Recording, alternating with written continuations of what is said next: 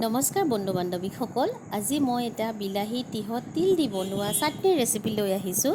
এই চাটনিটো খাবলৈ খুব ভাল হয়। এই চাটনি বনাবলৈ মই লৈছোঁ তিঁহ এটা, বিলাহী আৰু লগতে লৈছোঁ কেইটামান জলকীয়া। আৰু ইয়াত মই এড কৰিম তিলৰ গুড়িখিনি। তিলৰ গুড়ি বনাবলৈ মই তিলখিনি অলপ ভাজি ল'লোঁ। অলপ গৰম হ'লে ধুনীয়াকৈ পেষ্ট হয় মিক্সিত, সেইকাৰণে ভাজি ল'লোঁ। গৰম কৰি অলপ দেৰি ঠাণ্ডা হ'বলৈ দিলোঁ। বেছি গৰমে গৰমে মিক্সিত দিব নালাগে, ঠাণ্ডা হ'লে ভাল।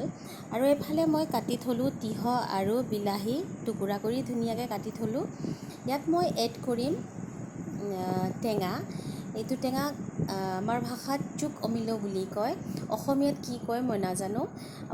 আপোনালোকে যদি জানে কমেণ্ট বক্সত প্লিজ জনাব। আৰু এইটো বনাবলৈ নেমুৰ ৰস উলিয়াই কিবা কিবি কৰি বনোৱা হয়। ইয়াৰ প্ৰচেছটো মই ইমান নাজানো। ইয়াত মই এইটো এড কৰিম। এইফালে মই ৰেডি কৰি থলোঁ তিলৰ গুড়িখিনি।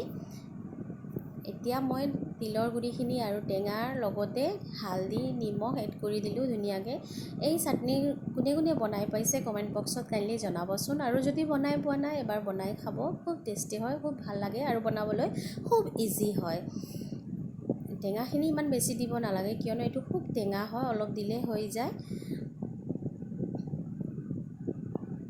আৰু বন্ধু বান্ধৱীসকল, যদি মোৰ এই ৰেচিপিটো ভাল লাগে আপোনালোকক, তেতিয়াহ'লে লাইক কৰিব, শ্বেয়াৰ কৰিব আৰু মোক ফ'ল' কৰিবলৈ নাপাহৰিব। থেংক ইউ, বাই বাই, ধন্যবাদ।